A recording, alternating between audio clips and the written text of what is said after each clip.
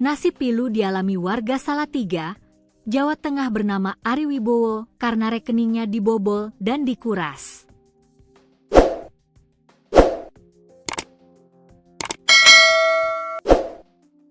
Pelaku memindahkan uang Rp750.747.508 dari rekening korban selama 4 hari berturut-turut pada 28 Juli 2025 hingga 31 Juli 2025. Kasus terungkap setelah korban tak dapat mengakses aplikasi perbankan pada 6 Agustus 2025.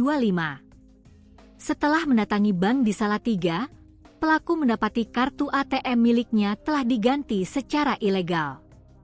Setelah dilakukan penyelidikan lintas provinsi, 3 pelaku pembobol ATM ditangkap di Kabupaten Sidenrengrapang, Sidrap, Sulawesi Selatan, Kamis, 25 September 2025. Meski korban tinggal di Salatiga, rekeningnya dapat dijebol dari jarak jauh.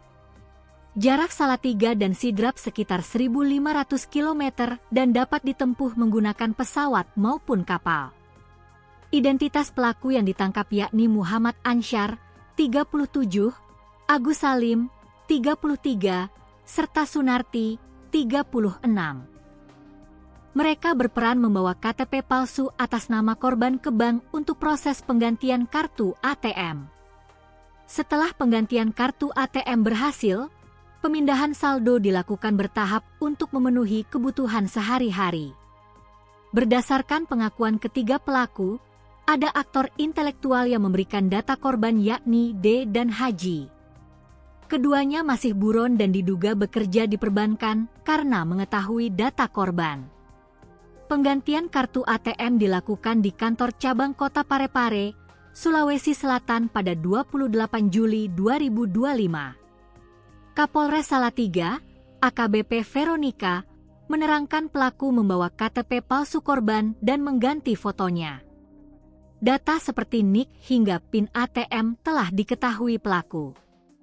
Sebelum melakukan pergantian kartu ATM, pelaku menyiapkan dokumen pendukung termasuk data diri korban, NIK.